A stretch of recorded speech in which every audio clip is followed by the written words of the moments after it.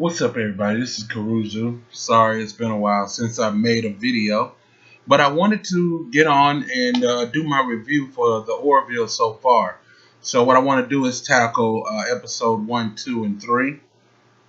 For me, I love sci-fi anyway. I'm a junkie at it. There's a lot of other people that are a lot smarter than me when it comes to sci-fi. But as far as my personal entertainment, what I like. The first episode, I liked. It was a little silly, a little bit silly and not enough serious for me in the first episode. Um, it seems like the show is growing on me. I don't know what that is. Maybe it's just me watching it or me looking forward to it. But I was totally jacked about this episode, literally because in the second episode, um, Borders laid an egg and it was a female. So I was really looking forward to the third episode and see how they were going to tackle gender politics. And as you know, Borders comes from a all male species race, or at least so we thought. So the first episode was silly, more silly than serious, which I thought that would need to change in order for me to actually take it seriously. And then the second episode was semi-serious. But I was, even in the second episode, I was beginning to say, wow, that was good. That was great. I kind of like it. It was entertaining. I was able to watch it. I watched it like 10 times.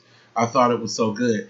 And now the third episode. I want to just give this a quick review. It's going to be 6 minutes, 7 minutes, 8 minutes maybe. Um, the third episode I thought was fantastic. Now I've seen some of the early reviews online. A lot of people, they just they missed it with the gender politics. They missed the mark. It wasn't, it wasn't cute. It wasn't fun. People are just overly stupid when it comes to just entertainment. This is entertainment, entertaining television show that tackled an issue, tackled modern day politics, modern day gender politics.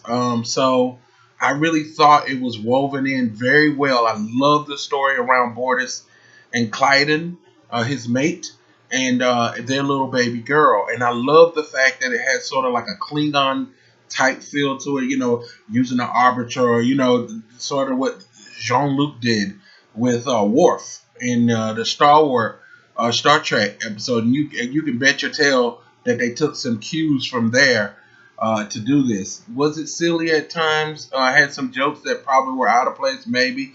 But I thought the overall theme of episode 3 was very well stated. There were some serious moments, some emotionally charged moments on this show that were very well delivered. And I just love Borders because he's such an alpha male and has such a deep voice that delivers his lines really well. And another thing I really liked in episode 3 was the boxing match that he had with the security officer. I thought that was really cool. What a way to blow off steam. Two of the strongest people on the ship going at it and wrapping it around the overall theme of the entire episode. I thought that was fantastic. A lot of people, like I say, was so resistant. They will so resist the fact, he was being silly. He was trying to be funny here. That wasn't cute. They missed the mark. Listen, as a person who just enjoys sci-fi, you don't get much better than that, okay? There were some wonky episodes of Star Trek. People would never, that's probably blasphemy to some of the Star Trek fans, and I'm actually a Trek fan myself, but not every episode of Star Trek was perfect. So, this wasn't either, but it was still better than the first 2 episodes. And so in my mind, it gives me hope for the 4th episode and what they're doing and this new format. A lot of people were saying this is very risky for him doing an hour-long campy show in comedy, but you can see the reason why he's able to pull this off is because you have to have some serious dialogue. There has to be some drama drawn up for an hour-long show. That's the way it is.